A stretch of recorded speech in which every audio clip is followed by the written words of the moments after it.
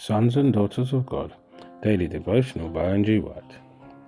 Moses endured as seeing him who is invisible. March 28th. Apt pupils in the school of Christ.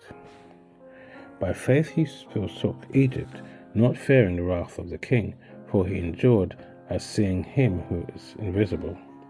Hebrews chapter 11 verse 27. For the honour of God and the deliverance of his downtrodden people, Moses sacrificed the honour of Egypt. Then, in a special sense, God undertook his training. He had yet to learn the lessons of dependence upon the divine power. He had mistaken God's purpose. It was his hope to deliver Israel by force of arms. For this he risked all and failed.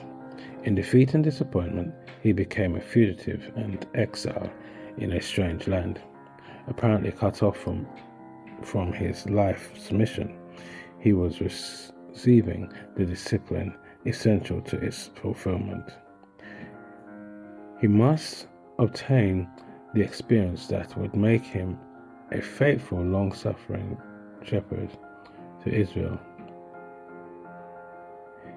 In the stern simplicity of the wilderness, Moses gained that which went with him throughout the years of his toilsome and care-burdened life, a sense of personal presence of the Divine One. When misunderstood and misrepresented, when called to bear reproach and insult, to face danger and death, he was able to endure as seeing him who is invisible. Moses stands forth superior in wisdom and integrity to all the sovereigns and statesmen of the earth. He was generous, noble, well-balanced. He was not defective, and his qualities were not merely half-developed. He could successfully exhort his fellow men because his life itself was a representation of what man can become and accomplish with God as his helper. He spoke from the heart, and it reached the heart. He was accomplished in knowledge, and yet simple as a child in the manifestation of his deep sympathies. Endured with remarkable instinct, he could judge instantly the need of all who surrounded him. Of the man who is noted for his meekness, Christ says, "He can be trusted. Through him I can reveal myself to the world. He will not weave into the web any thread of selfishness."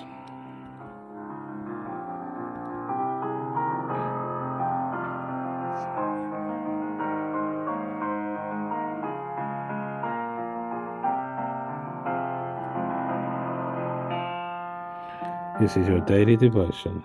We thank you for listening. We hope you can join us again tomorrow. Please also remember to check the YouTube comments for the further study notes.